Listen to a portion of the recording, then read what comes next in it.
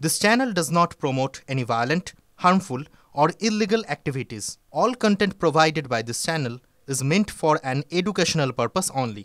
Top quality और consistent performance के लिए सिर्फ सिल्वर पंप नाम याद रखना। 2020 সালের আগে ক্যালকাটা গার্লস বিটি কলেজের ভাড়া নিয়ে সাউথ ক্যালকাটা ল কলেজের পঠন পাঠন চলতো। 2020 সালের পর সাউথ ক্যালকাটা ল কলেজ কসবায় স্থানান্তর হয়ে যায়, কিন্তু তারপরেও সাউথ ক্যালকাটা ল কলেজে প্রাক্তনী হওয়ায় এই কলেজে মাঝে মধ্যেই চলে আসতো এবং বাড়ি স্থানান্তর হয়ে যাওয়ার পরেও এখানে মেয়ে নিয়ে প্রবেশ করার চেষ্টা করত। স্থানীয় জনপ্রতিনিধিকে অভিযোগ করেছিলেন। কি অভিযোগ করেছিলেন, কি ঘটনা ঘটছিল একটু যদি বলেন। আসলে পার্সোনাল তো কোনো ব্যাপার নেই, কিন্তু যেহেতু কলেজটা ল কলেজটা আমাদের ভাড়াটিয়া হিসেবে আমাদের কলেজে ছিলেন, ওরা 2020 সালে ওদের 57 কেন সেন রোড ওই দোলনা স্কুলের পাশে ওখানে উঠে গেছে। ফলে 20 সালের পরে তো করোনা এসছে, ওনারাও আসেনি, ও কলেজটা তুলে নিয়ে চলে গেছেন। ওখান থেকেই ওদের সব কিছুই ক্লাস থেকে শুরু করে সবটাই হয়। কিন্তু পরবর্তীকালে মাঝে মাঝেই একটু শুনি যে আমার মানে গার্ড যিনি আছেন বা সিকিউরিটি, যে ল কলেজের ছেলেরা এসে ভীষণভাবে আমাদেরকে ডিস্টার্ব করে এরকম ডুবো কে না ওই নাম বলেন আমাদের, যে তখন আমরা সঙ্গে সঙ্গে ভেতর থেকে গভর্নিং বডিতে ডিসিশন নিয়ে আমরা ভেতর থেকে 2-3টে মানে গেট করে দিই, সিকিউরিটি গার্ড, মানে পেছনের দিক দিয়ে আমাদের যে মানে গার্ডের যে জায়গাটা আছে বা কর্মীদের 2-একটা ঘর আছে, সেদিক দিয়ে ঢোকাটা অনেক সুবিধা ছিল। ফলে আমরা গভর্নিং বডিকে বলে ওটার সিকিউরিটিটাকে কনফার্ম করি প্রথম, কারণ আমাদের মেয়েদের কলেজ 1 নম্বর। 2 নম্বর হলো আমরা ভীষণভাবে মানে শক্তিশালীভাবে একটা ইন্টারনাল কমপ্লেন কমিটি করি, এবং ইন্টারনাল কমপ্লেন কমিটি করতে গেলে মানে এটা তো ম্যান্ডেটারি, মানে সেক্সুয়াল হ্যারাসমেন্ট হোক বা যৌন নির্যাতন, মানে গার্লস কলেজে তো বটে, সমস্ত কলেজেই এটা করতে হবে। এবং অনেকেই হয়তো এটা জানেন না যে ইন্টারনাল কমপ্লেন কমিটি যেটা, সেটাতে কিন্তু লোকাল পুলিশের একটা প্রতিনিধি সেই কমিটিতে রাখতে হয়।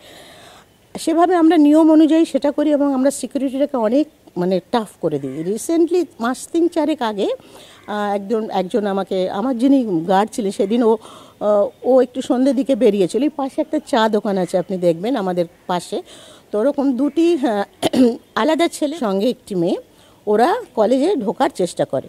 তো তখন তো আমি বেরিয়ে এসেছি, তো সঙ্গে সঙ্গে বলেছেন যে কী জন্য ঢুকবেন না, আমি এই কলেজের প্রাক্তন ছাত্র, দরকার আছে। তো উনি বলেছেন তো কলেজটা তো উঠে গেছে অনেক দিন আগে, 2020 সাল থেকে নেই, তা তুমি কি করে এখানে ঢুকতে পারো। তো ওখানে চেঁচামেচি করলেন, বলছে ওকে ভয় দেখিয়েছে। তখন উনি বলেছেন যে আমি প্রিন্সিপাল ম্যামকে ফোন করব। তখন ও যখন ফোনটা তুলতে গেছে, ও বলছে যে ঠিক আছে, আমরা তো পুরানো স্টুডেন্ট, এখানে একটু ওয়াশরুমে যাব। তো আমাদের ভেতরের গেটে না, বাইরের যে প্রেমিসেসের যে বাইরের গেটের পাশেই একটা আমাদের ওয়াশরুম আছে, একটা ওয়াশরুমে ঢুকলো, চলে গেল। সেখানে ওই 2টি ছেলে একটি মেয়ে ওর সঙ্গে নিয়ে আসে। এখন বক্তব্য হলো যে নানানভাবে ওরা, নাম তো ল কলেজের ছেলে আসছে, ঢুকবো, নাম তো বলছে না বার, এই নাম সেই নাম। তো আমরা এমনভাবে ইভেন রিসেন্টলি মানে 20 তারিখের আমাদের যে জিবি হয়েছে, সেখানে সিকিউরিটির প্রশ্নে আমরা ভীষণভাবে অ্যালার্ট ছিলাম এবং আমাদের খুব রেসপন্সিবল জিবি, আমরা ভীষণভাবে ওটা মানে গেট থেকে শুরু করে ইন্টারনাল আর যা কিছু লাগে মেয়েদের জন্য সবটাই আমরা কনফার্ম করেছি। এবং যেটা 20 তারিখের পরে 24 তারিখে যেটা হয়েছে, সেটা আমাদের প্রেমিসেসের মধ্যে হয়নি, ফলে সেটা আমার পুলিশকে জানানোর কোনো প্রয়োজন ছিল না। 24 তারিখে কলেজের গেটে আমাদের 6টা 6:30 পর্যন্ত একজন টিচার ওর কম্পিউটারে কাজ করতে হয়েছিল। আমাদের অনেক বেশি কাজ থাকে, আমরা পারফরমেন্স অ্যাপ্রেজাল ফর্ম ভরি, আমাদের ইউনিভার্সিটির অ্যাফিলিয়েশন থেকে অনেক কাজ থাকে, তো সেজন্য ওরা ঢুকতে পারেনি, কিন্তু আমরা ভেতর থেকে গেটটা বন্ধ রাখি। মাঝে মধ্যে ঢুকে আসছে এরকমভাবে, মাঝেই ও রিসেন্টলি, কিন্তু খুব বেশি, শুধুমাত্র 24 তারিখেই ও ঢোকার চেষ্টা করেছে। তখন আমাদের যিনি গার্ড ছিলেন উনি বললেন যে না, হবে না, ঢোকানো যাবে না। আবার সেই একই কথা যে আমি একটু ওয়াশরুম যাব পুরানো। তো আমাদের কলেজে তো এটা আলোচনা হয়েছে, স্টাফদের বলে দেওয়া হয়েছে যে কোনো বাইরের মানে মেল মেম্বার তো প্রশ্নই, মেল মেম্বার তো ঢুকবেই না, ইভিন বাইরের কোনো অপরিচিত কোনো ব্যক্তি আমাদের এখানে ঢুকবে না। কোনো মেয়েও ছিল সঙ্গে? 24 তারিখে ও বলছে ওর সঙ্গে 3-4 জন লোক ছিল বাইরে পাঁচিলের পাশে, আমাদের কলেজের পাশেই দেখবেন একটা ক্যালকাটা গার্লস একাডেমি আছে, একাডেমির পাঁচিলের ধারে এসে একজন, মানে ওই ছেলেটি তো ওর নাম কি জানে না, কারণ গার্ড তো চেঞ্জ হয়, নাম তো জানে না। তো ফলে এটা আমরা মনেই করছি যে ওটা ওরই কেউ হবে, হয়তো বা যে কোনোভাবেই হোক আমাদের কলেজকে কলেজে কিছু একটা করার উদ্দেশ্য নিয়ে এসেছিল। যেহেতু ওটা কনফার্ম নয়, আমি বলতে পারছি না, এটা একটা অনুমানের ভিত্তিতে তো বলা যাবে না। সেজন্য আমরা 20 তারিখে, তার আগেই আমরা এ বিষয়ে মিটিং ডেকেছি। ও এসেছিল 24, এবং তার আগে যে 3 মাস আগে যে ঘটনাটা ঘটিয়েছে মানে ভেতরে ওয়াশরুমে করে চলে গেল, এটা আমার সিকিউরিটি যদি খুব মানে টাইট না হতো তাহলে কিন্তু মানে কি বলবো, অনেক অসুবিধা হতেই পারতো। আমার বক্তব্যটা তা নয়। আমি এই যে শিক্ষা প্রতিষ্ঠানে এগুলো হচ্ছে, কলেজ কর্তৃপক্ষ, আমি আমার গভর্নিং বডি, প্রতিটি কলেজে প্রিন্সিপাল রয়েছে, প্রত্যেকেরও কিন্তু একটা এমনি অন্যান্য দায়িত্ব থাকে। এবং আমার মেয়েদের স্বার্থ রক্ষা করা, তার সেফটি সিকিউরিটি, তার নানান রকমের হ্যারাসমেন্ট, সে মেন্টাল হোক ফিজিক্যাল হোক, এটা থেকে রক্ষা করা একজন প্রিন্সিপালের দায়িত্ব, তার টিচারের দায়িত্ব। বিশেষ করে তার যে ইন্টারনাল কমপ্লেন কমিটি আছে, এটাকে অনেক বেশি সজাগ থাকতে হবে, সক্রিয় থাকতে হবে, এবং তাদেরকে কিন্তু একটা ভিজিলেন্সের মধ্যে থাকা দরকার। এই ইন্টারনাল কমপ্লেন কমিটি নিয়েই কিন্তু আমার বক্তব্য, যে আমি কোনো কলেজকে আন্ডারমাইন করার জন্য বলছি না। ওই কলেজের সঙ্গে আমাদের সম্পর্ক ভালো, উনি অনেক দিন ওরা চলে গেছে এখন অন্য প্রেমিসেসে। ফলে কলেজ অথরিটি, কলেজের গভর্নিং বডি, এদের সম্পর্কে আমার বলার কোনো জায়গা নেই। আর বলবোই বা কেন? আমার বক্তব্য হলো যে কোনো কলেজে ইন্টারনাল কমপ্লেন কমিটি ইউজিসি এটা ম্যান্ডেটারি একটা বডি। ফলে টু এস্টাবলিশ মানে তোর সেক্সুয়াল হ্যারাসমেন্ট থেকে এটাকে এস্টাবলিশ করা হয়, যাতে মেয়েদের রক্ষা করা হয়। ইভেন যেখানে গার্লস কলেজে কিন্তু মেল টিচার থাকতে পারে, মেল অন্যান্য শিক্ষাকর্মী থাকতে পারে, সেখানে কিন্তু এই কমিটিটাকে ভীষণ শক্তভাবে হাত ধরতে হয়। এবং এখন রিসেন্ট যে ইন্টারনাল কমপ্লেন কমিটি আছে, লোকাল থানাতে, আমরা গড়িয়াহাটে লোকাল থানা আছে, লোকাল থানা থেকে উনি রিপ্রেজেন্টেটিভ আমাদের কমিটিতে আমরা অ্যাড করে নিয়েছি। এটা গভর্নিং বডিতে এটা করতেই হবে, এটা ম্যান্ডেটারি। এবং এটা ম্যান্ডেটারি শুধু খাতা কলমে থাকলে হবে না। যেখানে মানে গার্লস কলেজে আমি মনে করি সমস্যাটা অনেক কম আমাদের হয়তো, কিন্তু যখন ল কলেজটা আমাদের প্রেমিসেসে ছিল, আমরা জেরবার হয়ে গেছি। মানে অন্য রকমের মানে ওদের কলেজটা মর্নিং ছিল।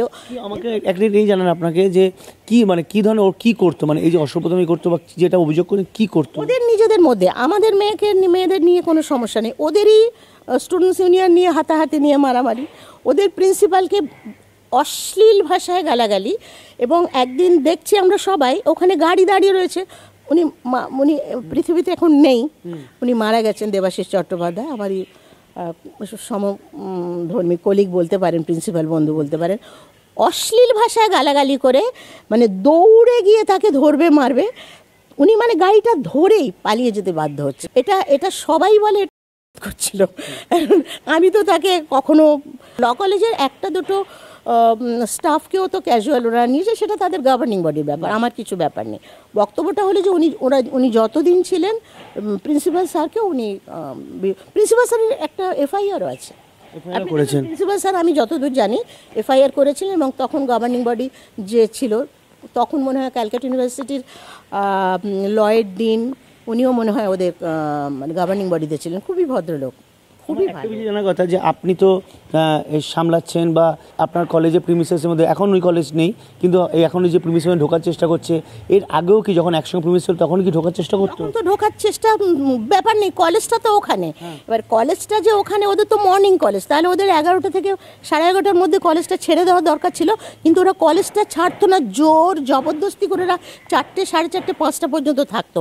এবং আমাদের মেয়েদের সিকিউরিটি নিয়ে অভাব, এই ব্যাপারে আমি প্রচুর জায়গায় আমরা কমপ্লেন করেছি। আমাদের, আপনি যার নাম বলে, সুদর্শনাদি, উনি আমাদের জিবি মেম্বার ছিলেন, ওনাকে আমি বলেছি, এবং উনি অনেকটা চেষ্টা করেছেন যাতে না হয়। কিন্তু তখন ওদের সাথে ওভাবে ঝগড়া করার, ওদেরকে তাড়িয়ে দেওয়ার মতো অবস্থা, আমাদের ওভাবে তাড়িয়ে দেওয়া মানে কি না, আমরা কলেজের স্টুডেন্টস ইউনিয়ন করছি, এটা নানান রকমের অসামাজিক কার্যক্রম করার চেষ্টা করেছিল, কিন্তু আমরা গিয়ে অনেকটা শক্ত হাতে। মেয়েদেরকে বিরক্ত করছিলাম না, আমি জানি না, আমাদের মেয়েদের কোনোদিন বিরক্ত করে, ওদের মধ্যে চেঁচামেচি, ঝগড়াঝাটি, গন্ডগোল নানানভাবে লেগেই থাকতো, এইটুকু। কিন্তু কোথাও কি এই যে যেহেতু একই প্রিমিসেসে থাকছেন, কোথাও কি আপনাদের যারা মেয়েরা থাকে তাদের সুরক্ষা নিয়ে কি প্রশ্ন উঠতো? আমাদের মেয়েদের সুরক্ষা নিয়ে প্রশ্নটা প্রথম আমাদের মেয়েদের সুরক্ষা নিয়ে প্রশ্নটা ছিল আমার গভর্নিং বডির। ফলে আমাদের গভর্নিং বডি, আমরা সঙ্গে সঙ্গে মিটিং করে, আমার জিবি রেজলিউশনে প্রচুর লেখা আছে, এই গভর্নিং বডি আমরা করেছিলাম। তখন আমরা শেষে ওদের আমি তো ছেলেকে বলতে পারবো না আমি ধরবো প্রিন্সিপালকে।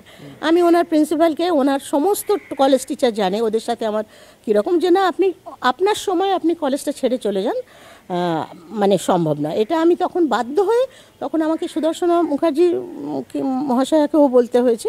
উনি হেল্প করেছেন, মানে উনি হেল্প করেছেন যে এই অসভ্যতাটা যাতে না হয়। সেখান থেকে অনেকটাই কম ছিল আমাদের কলেজে। আমার ছেলে মেয়েদের ওপরে হাত বসাবার কোনো সাহসও ছিল না, এবং আমি হতে দেবই না। 2020 সালে তো ওই কলেজটা ওই কেন্দ্রে চলে গেছে, তারপর 5 বছর হয়ে গেল, তার মধ্যে দুটো সময় করোনা পিরিয়ড গেছে। বাকি যে সময়টা ছিল তার মধ্যে কি আশীর্বাদ খুবই কম। উনি ওই বললাম 3 মাস আমি যেটুকু রিপোর্ট 3.5 মাস আগে উনি অসময়ে 7টা 7:30টার সময় যে এসেছিলেন, তো আমার সিকিউরিটি আমাদের তো বলাই ছিল, এবং আমরা সিকিউরিটিটাকে এমনভাবে রেখেছিলাম যে কোনোভাবে প্রেমিসেসের ভেতরে ঢুকতে পারবে না। ধরুন এই যে গেট, এই গেটের পাশে একটা বাথরুম, ওর একটাই বাহানা যে ওয়াশরুম। কিন্তু ওয়াশরুম মানে প্রথম দিন 2টি ছেলে 1টি মেয়েকে যখন এসেছিল, আমাদের যিনি গার্ড ও খুব মানে শক্ত সামর্থ্য আর কি, আর খুব বুদ্ধিমানও বটে। তো বললাম না, তো আমি পুরানো ছেলেই যাব। তখন বলেছেন না, প্রিন্সিপাল ম্যাডামের সঙ্গে আমি ফোন করি, উনি যদি বলেন তাহলে। না, আমি পুরানো ছেলে, আমি তাহলে একটু ওয়াশরুম যাব। ঠিক আছে, গার্ড বলেছেন যে যেহেতু প্রকৃতির ব্যাপার, ন্যাচারাল কল, ও ওয়াশরুমটা ইউজ করতে দিয়েছে, ওরা পালিয়ে গেছে। ওরা বুঝতে পেরেছে যে আমরা কতটা শক্ত। কিন্তু এটা যে কোনো সময় একটা হতে পারে বলে আমরা আরও 20 তারিখেও এই ব্যাপারে আমরা খুবই একটা ড্রাস্টিক সিদ্ধান্ত নিই যে আমরা অনুপ্রবেশ করতে দেব না কোনোভাবে। তারপরেও 24 তারিখে ঢোকার চেষ্টা করেছে, ওটা আমার প্রেমিসেসের মধ্যে ঢোকেইনি গার্ড। ফলে প্রেমিসেসের মধ্যে ঢোকেনি, গার্ডের সঙ্গে বাইরেতে কী কথা হয়েছে ওটা আমি গুরুত্বই দিইনি। মানে ও তো পরিষ্কার করে আমাকে বলতে পারছে না ওটা মনে, কিন্তু ও বলছে ল কলেজের ছেলে, হয়তো ভয়ে। ওকেও অনেক দিন থেকে চেনে, আমাদের গার্ডকে উনি অনেক দিন থেকেই চেনেন, অনেক পুরানো। হ্যাঁ, সে কারণে হয়তো নামটা বলতে পারছে না। নাম বলতে গেলে ভয় পাচ্ছেন, মানে ছেলে মেয়েরা বলুন, কলেজের নন টিচিং স্টাফ বলুন, আমাদের কি ওদের স্টাফ, ওর নাম বলতে গেলে ভয় পাচ্ছেন। ওদের সবাই এতটাই ধমক দিয়ে ভয় দেখাতো এইটুকু। আর মানে এটা না শুধুমাত্র সোশ্যাল লেজিসলেশন আর যা কিছু কলেজের দায়িত্ব, কলেজের কর্তৃপক্ষের দায়িত্ব, প্রিন্সিপালের দায়িত্ব, গভর্নিং বডির দায়িত্ব, টিচারদের দায়িত্ব নন টিচিং, আর একটা মূল্যবোধ সম্পন্ন একটা শিক্ষা, একটা নৈতিক শিক্ষা, এগুলো ভ্যালু ওরিয়েন্টেড এডুকেশনটা কিন্তু প্রিচ করা দরকার from the very beginning of our education. এইগুলো যদি আপনি করেন, ছোটোবেলা থেকে ছেলে মেয়েদের মননটাকে ওভাবে তৈরি করতে গেলে এটা করতে হবে, দেখবেন হয়তো অন্যরকম হতে পারত। এই যে অন্যায়টা করেছে, এই অন্যায়টা আমার সন্তান, আমার মেয়ের ওপর যদি হতো, আমার একটা বোনের প্রতি হতো, ওর মেয়ে, এবং আমরা যত প্রিন্সিপাল আছি, আমরা মহিলা শিক্ষিকা আছি, আমাদেরও তো সন্তান আছে, মেয়েরা আছে, আমাদের সন্তানের ওপরে হলে কি হতো। ফলে এই মনোভাব নিয়ে, এই ভেতরের বিদগ্ধ বিষয়টা আমাদের ভেতর থেকে ইমোশনটাকে হার্ট করছে, এটাকে মানে এটার ওপরে বেস করে আমার মনে হয় এ ধরনের ইমিডিয়েটলি এটা বন্ধ হওয়া উচিত। এবং শুধুমাত্র সোশ্যাল লেজিসলেশন যা আছে, কিন্তু ইন্টারনাল কমপ্লেন কমিটি ছাড়া, সেক্সুয়াল হ্যারাসমেন্ট কমিটি ছাড়াও অথরিটি বা সমস্ত মানুষের যে কলেজের মানে সংঘবদ্ধ একটা সংস্থা বলতে কলেজের টিচার, স্টুডেন্ট, পেরেন্টস, শিক্ষক, শিক্ষিকা, টিচিং, নন টিচিং, এবং সেখানে গভর্নিং বডি সমস্ত মিলে সরকার যা আছেন তার এইটা করে কিন্তু এটা ইমিডিয়েটলি বন্ধ হওয়া দরকার। আমার সমাজে অবক্ষয়, আমাদের ফিউচার জেনারেশনের জন্য, আগামী দিনের সন্তানের জন্য, আমার আপনার সকলের সন্তানের জন্য, ওই মেয়েটির সন্তানের জন্য, ওর ভবিষ্যতের জন্য, আমাদের সকলের ভবিষ্যতের জন্য এটা হওয়া ভীষণ জরুরি। এবং এই ধরনের অন্যায়কে মেনে নেওয়া যাবে না, ওকে মানে যথাযোগ্য শাস্তি দেওয়া ভীষণ প্রয়োজন, সেটা কোর্ট দেখবেন, এটুকুই আমার বক্তব্য। কিন্তু আমার আরও যেটা বিষয়, যেটা হয়তো আপনার এর অন্তর্ভুক্ত নয়, এই যে মূল্যবোধ সংজাত একটা ভ্যালু, মূল্যবোধ সংজাত একটা শিক্ষা, নৈতিক শিক্ষা, এই বিষয়গুলো না, এটা একটা সামাজিক চেতনা থেকে এগুলো জাগ্রত হয়। ফলে এই সামাজিক চেতনা থেকে জাগ্রত বা উৎসারিত যে শিক্ষা, সেই শিক্ষা আমাদের ছাত্র সমাজে, যে কোনো স্টুডেন্টস ইউনিয়ন হোক না কেন, ওখানেও ওদের কিন্তু এই মূল্যবোধ সংযত শিক্ষার একটা ক্লাস করা দরকার। ছেলে মেয়েদের ওভাবে ওরিয়েন্ট করে তবে তারা স্টুডেন্টস ইউনিয়নে আসবে। ইউনিয়ন হয়েছে কি না হয়েছে, কবে ভোট হয়েছে, এগুলো আমার বিষয় নয়, সেটা সরকারের সঙ্গে তারা দেখবেন, কিন্তু এগুলো হওয়া খুব দরকার। সামাজিক অবক্ষয় ইমিডিয়েটলি বন্ধ করা দরকার। আমাদের সমাজ আর কয়েক বছর পর অলরেডি ভীষণভাবে অবক্ষয় সৃষ্টি হয়েছে, অবয়ের বিষয়টা আমরা দেখলাম। এবং শিক্ষা প্রতিষ্ঠানে আমাদেরই লজ্জা। একজন অধ্যাপিকা প্রথম, আমি একজন মা এবং অধ্যাপিকা, তারপরে তো প্রিন্সিপাল, এগুলো আমাদের সমাজেরই লজ্জা। এই লজ্জা রাখবো কোথায়? এই লজ্জার জায়গা নেই রাখার, মানে ওর কঠোর শাস্তি হওয়া উচিত, এটুকুই আমি মনে করি। যে সমাজের প্রতিটি অংশের মানুষকে এটা মনে করা দরকার, কোনোভাবে ওরা যাতে ইন্ডালজেন্স না পায়, এই জায়গাটাতে আমার বলার, আর কিছু না। এই তাণ্ডবের কারণেই ক্যালকাটা গার্লস বিটি কলেজ থেকে সাউথ ক্যালকাটা ল কলেজকে আলাদা করে দেওয়ার সিদ্ধান্ত নেন কলেজের প্রিন্সিপাল। তিনি এলাকার কাউন্সিলরকে চিঠি দেন, মুখ্যমন্ত্রীর সঙ্গে পর্যন্ত কথা বলেন। তার অভিযোগ, যতদিন সাউথ ক্যালকাটা ল কলেজ এখানে ভাড়া থাকতো ততদিন রীতিমতো ঝামেলা করতো, তাণ্ডব চালাতো, নিজেদের কলেজের মধ্যে এতটাই ঝামেলা জড়িয়ে পড়তো যে এই ক্যালকাটা গার্লস কলেজের বিটি কলেজের যারা ছাত্রীরা রয়েছে তারা বিরক্ত হয়ে পড়তেন, অতিষ্ঠ হয়ে পড়েছিলেন কলেজের অন্যান্য শিক্ষকরাই। তাদের দাবি, তৃণমূলের হাত থাকায় রীতিমতো ফুলে ফেঁপে উঠছিল, এমনকি প্রভাব খাটিয়ে একাধিক অনৈতিক এবং অসামাজিক কার্যকলাপে জড়িয়ে পড়েছিল। ক্যামেরায় অভিজিৎ দাসের সঙ্গে সায়ন্ত ভট্টাচার্য, টিভি9 বাংলা, কলকাতা।